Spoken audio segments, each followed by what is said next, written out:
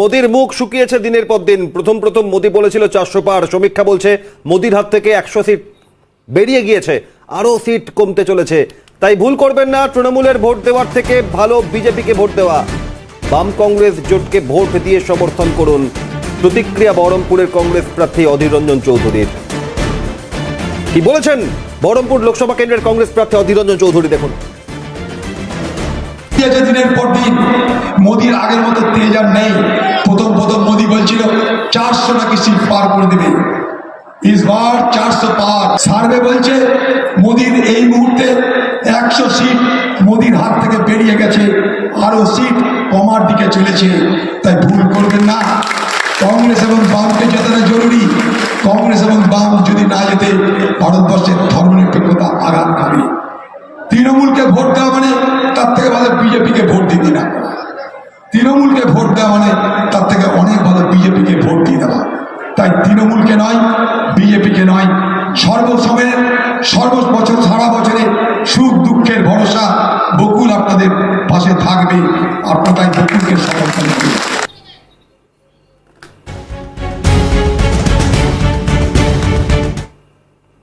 অধীরদা কি সেন্সে বলেছেন জানি না, কিন্তু কথাটা সত্যিই বলেছেন। তৃণমূল দেশের সুরক্ষার সাথে আপোষ করতে পারে, বিজেপি দেশের সুরক্ষা নিয়ে কোনো আপোষ করে না।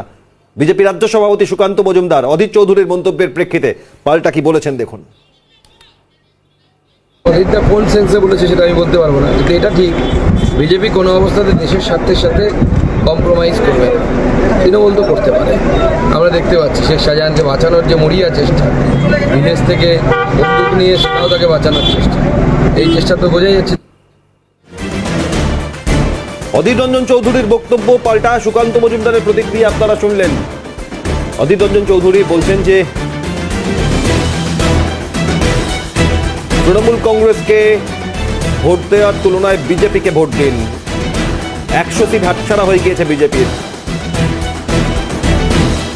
বহরমপুর লোকসভা কেন্দ্রের কংগ্রেস প্রার্থীর এই মন্তব্য, বাম কংগ্রেসের জোটের প্রার্থীদের সমর্থনে তার প্রচার, সেখানে অধীর রঞ্জন চৌধুরীর এই মন্তব্য অত্যন্ত ইঙ্গিতপূর্ণ। পাল্টা সুকান্ত মজুমদার এই মন্তব্য করেছেন, বিজেপি দেশের সুরক্ষার সাথে কখনো কম্প্রোমাইজ করবে না, কখনো আপোষ করবে না। তৃণমূল কংগ্রেস আপোষ করে। অধীর রঞ্জন চৌধুরী প্রদেশ কংগ্রেস সভাপতি, বহরমপুর লোকসভা কেন্দ্রের প্রার্থী, তার এই মন্তব্য বাম কংগ্রেস জোটের সমর্থনে প্রার্থীর প্রচারে গিয়ে। বিজেপি দেশের সুরক্ষা নিয়ে কোনো আপোষ করে না, পাল্টা প্রতিক্রিয়া বিজেপি রাজ্য সভাপতি সুকান্ত মজুমদারের। অধীর রঞ্জন চৌধুরী কি বলেছেন, ঠিক কি বোঝাতে চেয়েছেন দেখাবো আরো একবার। অধীর রঞ্জন চৌধুরীর বক্তব্য শুনুন। শুকিয়েছে দিনের পর দিন, মোদির আগের মতো তেজ আর নেই। প্রথম মোদি বলছিল 400 নাকি সিট পার করে দেবে, ইসবার 400 পার। সার্ভে বলছে মোদির এই মুহূর্তে 100 সিট মোদির হাত থেকে বেরিয়ে গেছে, আরো সিট কমার দিকে চলেছে। তাই ভুল করবেন না, কংগ্রেস এবং বামকে জেতানো জরুরি। কংগ্রেস এবং বাম যদি না যেতে ভারতবর্ষের ধর্মনিরপেক্ষতা আঘাত খাবে। তৃণমূলকে ভোট দেওয়া মানে তার থেকে ভালো বিজেপিকে ভোট দিতে না। তৃণমূলকে ভোট দেওয়া মানে তার থেকে অনেক ভালো বিজেপিকে ভোট দিয়ে দেওয়া। তাই তৃণমূলকে নয়, বিজেপিকে নয়, সর্বসময়ের সর্ববছর সারা বছরে সুখ দুঃখের ভরসা বকুল আপনাদের পাশে থাকবে। আপনারা তাই বকুলকে সমর্থন করবেন। তৃণমূলকে ভোট দেওয়ার তুলনায় অনেক ভালো বিজেপিকে ভোট দেওয়া। বাম কংগ্রেস জোটের প্রার্থীকে সমর্থনে প্রচারে গিয়ে অধীর রঞ্জন চৌধুরীর এই মন্তব্য। অধীর রঞ্জনের এই বক্তব্য খুব ইঙ্গিতপূর্ণ। তৃণমূল কংগ্রেসের প্রার্থীকে ভোট দেওয়ার তুলনায় অনেক ভালো বিজেপিকে ভোট দেওয়া। প্রদেশ কংগ্রেস সভাপতি, বহরমপুর লোকসভা কেন্দ্রের কংগ্রেস প্রার্থী বাম কংগ্রেস জোটের প্রার্থীর সমর্থনে ভোট চেয়েছেন ঠিকই, কিন্তু পাল্টা বলেছেন ভোট যদি দিতেই হয় তাহলে তৃণমূল কংগ্রেসের প্রার্থীর তুলনায় অনেক ভালো বিজেপি প্রার্থীকে ভোট দেওয়া।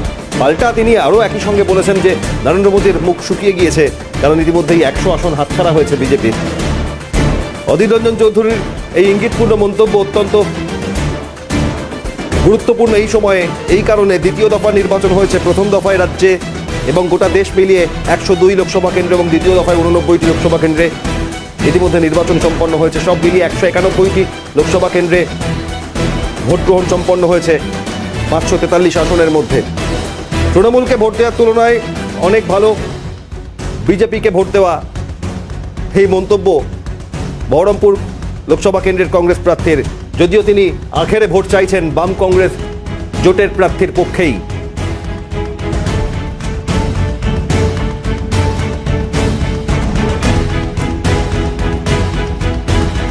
অধীর রঞ্জন চৌধুরীর এই মন্তব্য, বহরমপুর লোকসভা কেন্দ্রের কংগ্রেস প্রার্থী, তিনি যা বলেছেন।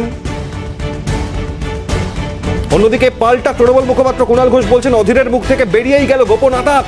বিজেপির দুই ভাই সিপিএম আর অধীর কংগ্রেস আই।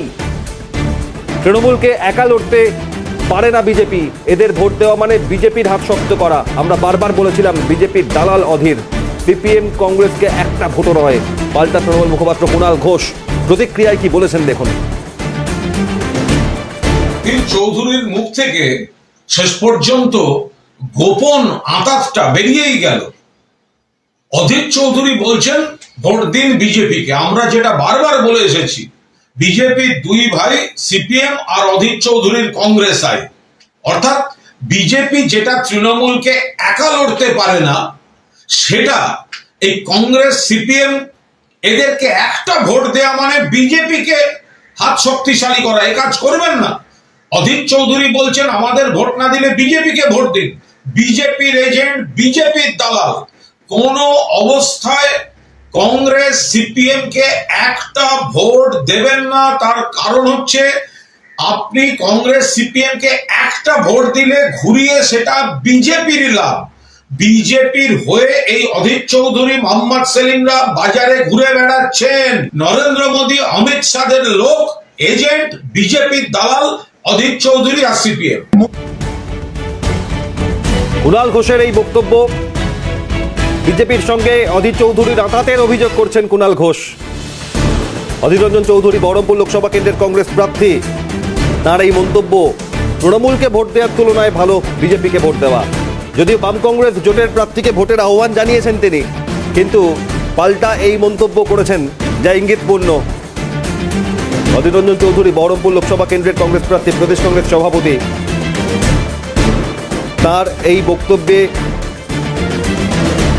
অধীর রঞ্জন চৌধুরীর সঙ্গে বিজেপির আঘাতের অভিযোগ করছেন। এই মুহূর্তে আমাদের সঙ্গে সৌম্য আইচ কংগ্রেস মুখপাত্র রয়েছেন। স্বাগত সৌম্যদা। সৌম্যদা, অধীর রঞ্জন চৌধুরী প্রদেশ কংগ্রেস সভাপতি, বহরমপুরের এই নিয়ে ষষ্ঠবারের প্রার্থী, তিনি বলছেন যে তৃণমূলকে ভোট দেওয়ার তুলনায় বিজেপিকে ভোট দেওয়া ভালো।